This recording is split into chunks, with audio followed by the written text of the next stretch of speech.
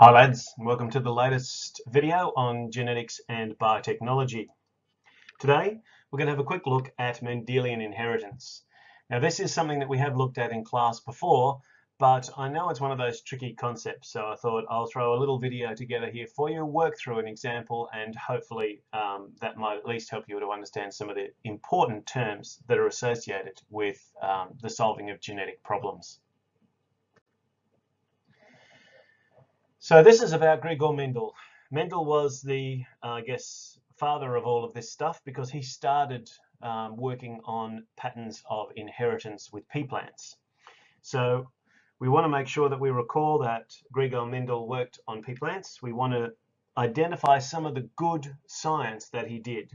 So what he did was he looked at a large number of different traits and he isolated each of those traits so he could look at each one individually. So he isolated the traits, and he was lucky too in that there were only two versions of each of the traits that he looked at: tall and short, purple and white, green and yellow, and so on. Being a good experimenter, he made sure that his experiments were very reliable by ensuring he had high repetition. He did lots and lots of crosses, and he ended up with thousands of individuals. One of the things that's easier to do with plants, I guess, but his methods were very, very good in that he was very consistent in making sure that he had high sample sizes. He also began with pure breeding stock, what we've called the homozygous condition. And we know that homo means same. So therefore, if there was a trait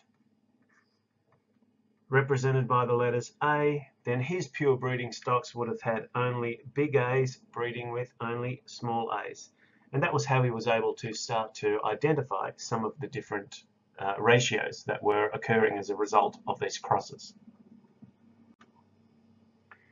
So what were the key things then about Mendel's findings? Well, firstly, he described what was going on inside cells as factors. We now call these genes, but they're the same things. They're something that's going on inside the cell that is actually regulating the physical characteristics, something that is contributing to what an individual looks like. And he called these factors, and he said that the factors occur in pairs. There's two copies of each factor in all of the cells. And this is one which you've inherited from your father and one which you've inherited from your mother. The factors separate during meiosis, and of course that is when the sperm and the eggs are being produced. Sperm and eggs, we have used the word gametes to represent sperm and eggs, and those cells are produced by the process of meiosis. So that's the important process that's occurring here, and of course that in humans is going to reduce 46 chromosomes down into cells with just 23. But then the process of fertilization is what recombines them and restores the original chromosome number. So 23 chromosomes from one individual plus 23 from a second individual. So these might be eggs and this might be a little sperm. And as a result, we end up with 46 chromosomes again. So those are the two processes, complementary processes, one which halves the number of chromosomes and one which doubles it.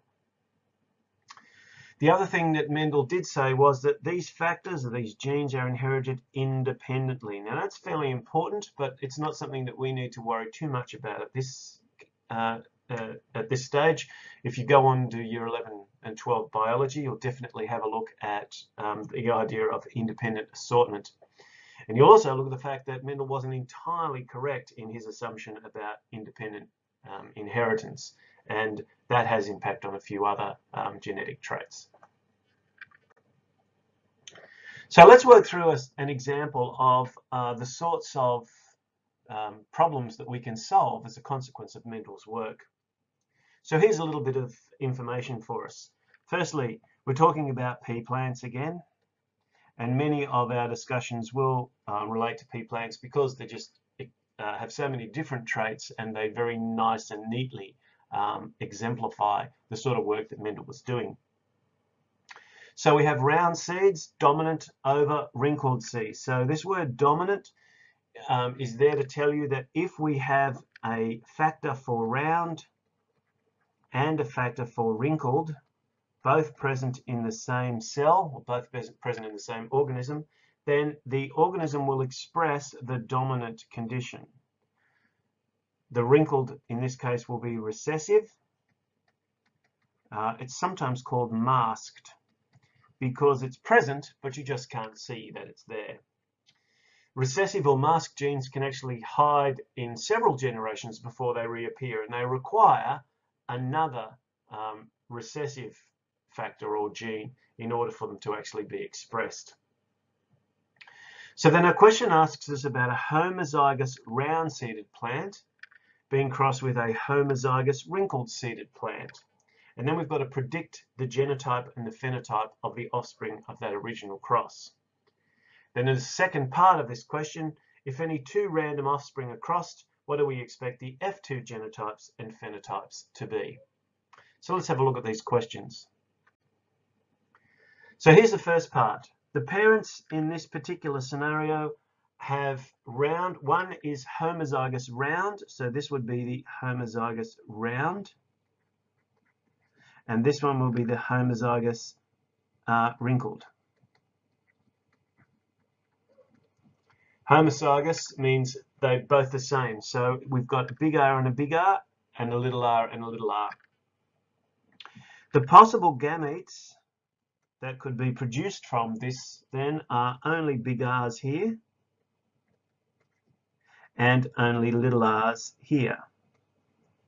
So our next step is to draw a Punnett square. In our Punnett square, we will have two of these going here, big R, and the two of these going here, little r, little r. So when we do our cross, we have a big R, little r, big R, little r, big R, little r. So therefore, when we're looking at the genotype of the F1 generation, the filial 1 generation, the genotype ratio is all big R, little r.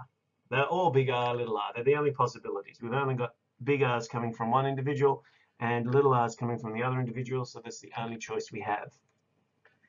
When we look at the phenotypic ratio, phenotype ratio, because round is dominant, when there's a big R and a little r, they must be all round seeds. So there's our ratios for the first generation, the F1 generation, the offspring of our original parents. But what about the next generation? Well, you've seen that the F1 generation were all big R, little r. So if we're going to cross any two of these at random, we would expect any two at random would have the big R and little r combination. So when we look for the gametes this time, we're looking for a big R and a little r, a big R and a little r. So our Punnett square, in this case, is going to be big R, little r, big R, little r. When we put these together, we've got a big R and a big R, a big R with a little r, a big R with a little r, and a little r and a little r.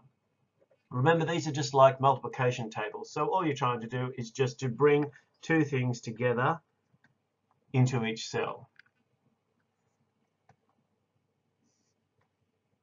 And that's how we get these combinations. So then what we have to do next is we have to look at the genotypic ratio.